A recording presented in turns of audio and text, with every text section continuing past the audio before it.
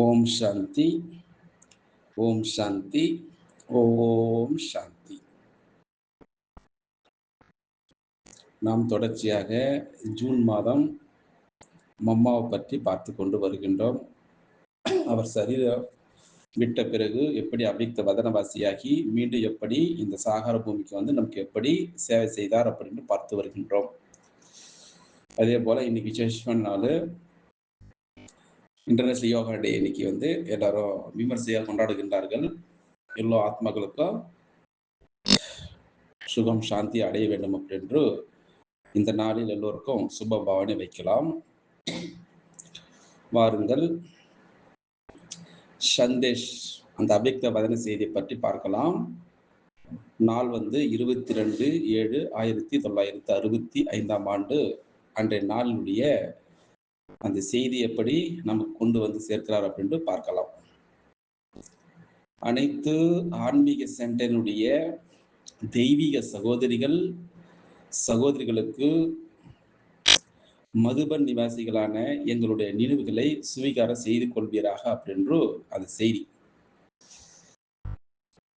உங்கள் அனைவருடைய உள்ளத்திலும் கூட உற்சாகம் அவசியம் எழுகிறது. அது மட்டுமா, இந்த நிகழ்காலத்தில் மதுவன் என்பது அந்த மேடையில் என்ன பாகம் நடந்து கொண்டிருக்கிறது.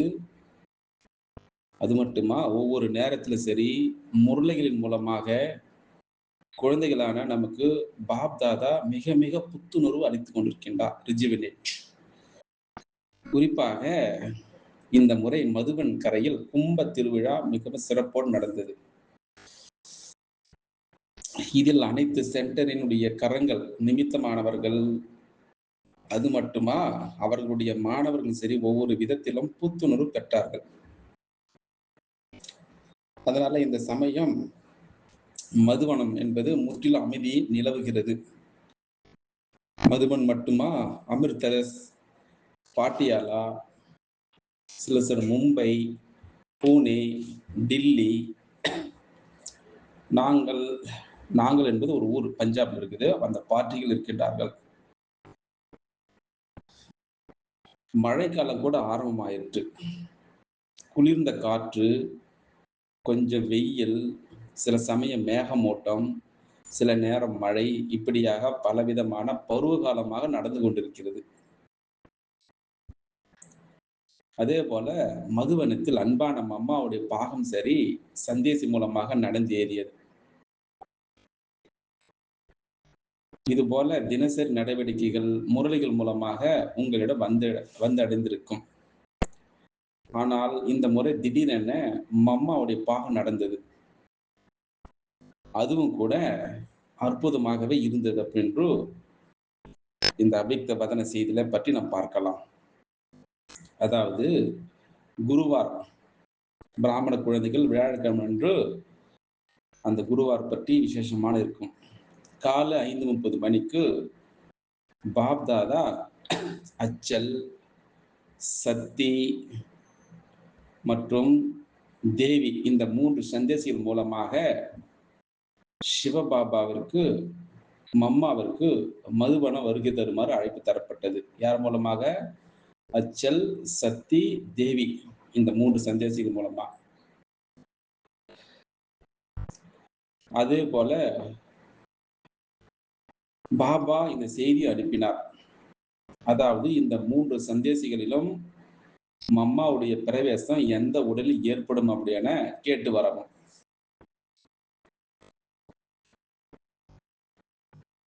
அப்போ சிவபாபா சொன்னார், சாகர பாபா அவரே அறிந்து கொள்வார் மம்மா எந்த உடலில் வந்திருக்கிறார் என்பதை வகுப்பு முடிவடைந்த பிறகு.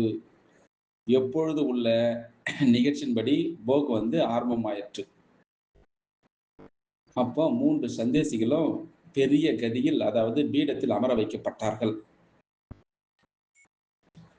அப்போ பாபா வந்து தன்னுடைய சிம்மாசனத்தை விட்டு அவர்களுக்கு அருகில் அமர்ந்தார். மூவருக்கும் திருஷ்டி கொடுத்தார்.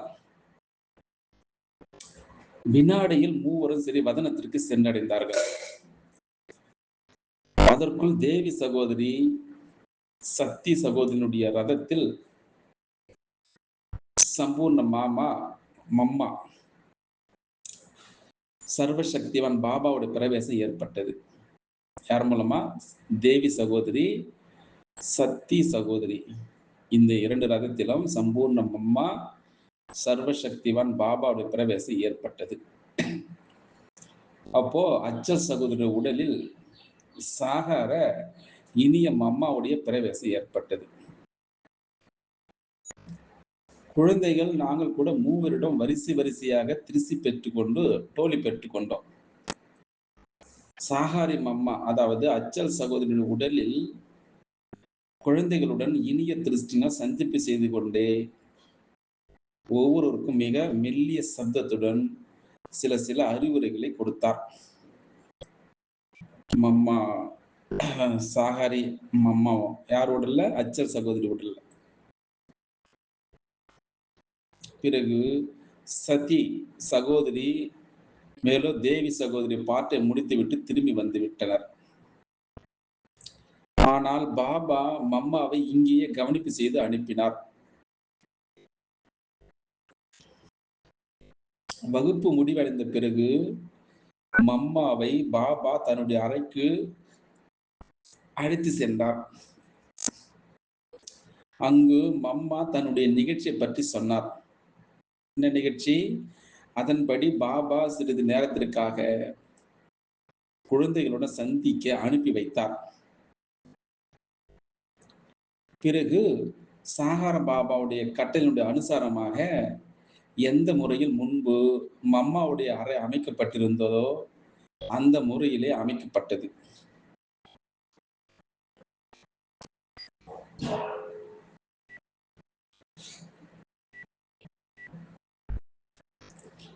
பிறகு இரு குழந்தைகளுடன் தனியாக உரையாடினார்.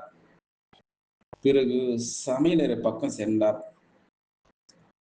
அங்கு கூட குழந்தைகளை அறிவுரைகளால் அலங்கரித்தார். அதிலும் சரி, குறிப்பாக பிரம்மா போஜனத்துடைய மகத்துவத்தை பற்றி சொன்னார். நீங்கள் எப்பொழுது பிரம்மா போஜனத்தை தயாரிக்கின்றீர்களோ, காய்கறி வெட்டுகின்றீர்களோ, அந்த நேரத்தில் ஒரே ஒரு சிவபாபாவுடைய நினைவில் இருந்து கொண்டு செய்வதால் இந்த பிரம்மா போஜனத்திற்கு சக்தி இருக்கும் அப்படின்னு. 5000 வருடத்திற்கு பிறகு அதே தேவதா மரத்திலிருந்து பிரிந்து சென்ற குழந்தைகள் நேரடியாக வந்து சந்திக்கின்றார்கள். நேரடியாக பிரம்மா போஜனத்திற்கு மிகவும் மகத்துவம் இருக்கிறது. அதனால் அப்படிப்பட்ட பிரம்மா போஜனத்தை அன்புடன் செய்ய வேண்டும். இது பாபாவுடைய கடை. இங்கு மிகவும் சத்தியம், அது மட்டுமா நேர்மையுடன் சேவை செய்ய வேண்டும். அதே போல பிறர் செய்வதை பார்த்து சேவை செய்யக்கூடாது. ஆனால் மிக அன்புடன் வீட்டின் எஜமான் என்பதை புரிந்து சேவை செய்வதால் சிறிது உருவாகிறது அப்படின்று மம்மா வந்து சொல்கின்றார். இது என்னுடைய வீடு, இது என்னுடைய குடும்பம், இவ்வாறு புரிந்து கொள்வதால் பிறகு வேறு எந்த அபிப்பிராயம் எழாது. பிறகு அவர்கள் எந்த விஷயத்துல வேண்டுமென்றே காதில் போட்டுக் கொள்ளாமல் அலட்சியமாக இருக்க மாட்டார்கள். எப்பொழுது இந்த எனது என்ற கருத்திலிருந்து வெளியேறுகின்றீர்களோ அப்பொழுது வெறுப்பு எழுகிறது. யாருக்கு ஒரு கலைப்பில்லாது பாபாவிடம் புத்தி யோகம் இருக்கின்றதோ அவர்கள் ஒருபொழுது கலைப்படைய முடியாது. அதனால பாபா வந்து கலைப்பற்றவராக இருக்கின்றார். யாருடைய புத்தி யோகம் கலைப்பற்றவருடன் இருக்கிறது அவர்கள் ஒருபொழுது கலைப்படைய முடியாது. ஆகையால யக்னத்தை எனது என புரிந்து மிக அன்புடன் செல்ல வேண்டும். இது யக்னத்தினுடைய பாதுகாப்பிற்காக ஏன் இவ்வளவு சொல்லப்படுகிறது அப்படின்னு கேள்வி. அதாவது யார் கடைசியில் வருவார்களோ அவர்கள் சீக்கிரமாக அர்ப்பணம் ஆகிவிடுவார்கள். ஆனால் யார் முன்பே அர்ப்பணம் ஆகியிருந்தார்களோ மேலும் முழுமையாக புரிந்து கொண்டு நடக்கவில்லையோ அப்படி என்றால் புதியவர்களுக்கு பிறகு சம்பூர்ண அர்ப்பணம் ஆவதற்கு நேரம் எடுத்துக்கொள்ள ஆகுதியாக கொடுக்கப்பட்ட பொருள் வெளியே எடுக்கப்பட்டால் பிறகு சுவாகாவதில் மிகுந்த முயற்சி தேவைப்படும். அதனால குழந்தைகளுடைய நிலையினுடைய ஆதாரத்தில் தான் இந்த ஸ்தூல இயக்கினமும் சுவாக ஆவதற்காக ஆதாரமாக இருக்கிறது. அதனால் நீங்க என்ன செய்ய வேண்டும்? நீங்கள் ஆத்மீக ஆன்மாக்கள் எப்படி அசிரீரி பாபா சேவை செய்கின்றாரோ அவ்வாறு சேவை செய்ய வேண்டும். அவரை நினைவு செய்கிறீர்கள் என்றால் பலம் கிடைக்கிறது. இந்த விதத்தில் நீங்கள் ஆன்மீக ஆத்மாக்கள் ஆன்மீக முறையோடு பல அஞ்ஞானி ஆத்மாக்களுக்கு சேவை செய்ய வேண்டும் என்று நினைக்கலாகாது. இது தாதி தீதிகளுடைய காரியம். நான் சிறியவளாக இருக்கிறேன். அதனால் உண்மையில் நீங்கள் அனைவருமே எஜமானராக இருக்கின்றீர்கள். இவ்வாறு எஜமானர்கள் அனைத்தையும் கவனத்தில் வைக்க வேண்டும். அப்பொழுதே பாபாவுடைய தூண்டுதல்களை உணர முடியும். அதனால்தான் பாபா விரும்புகிறார், குழந்தைகள் சீக்கிரமாக வர வேண்டும். பாபாவிற்கு குழந்தைகளும் துணை கொடுத்தால் வெகு சீக்கிரத்தில் நடந்தேறிவிடும். ஒரு அனுபவம், யாரேனும் மரத்தின் கிளையில் ஏறுகிறார்கள் என்றால் அவரை பார்த்து பலரும் ஏறுவதற்கு முயற்சிக்கின்றார்கள். ஆனால் ஒருவர் கிளையில் ஏறி விழுந்து விட்டால் அவரை பார்த்து யாருக்குமே ஏறுவதற்கு துணிவு வருவது கிடையாது. இது அர்த்தம் புரிந்து கொள்ளுங்கள்.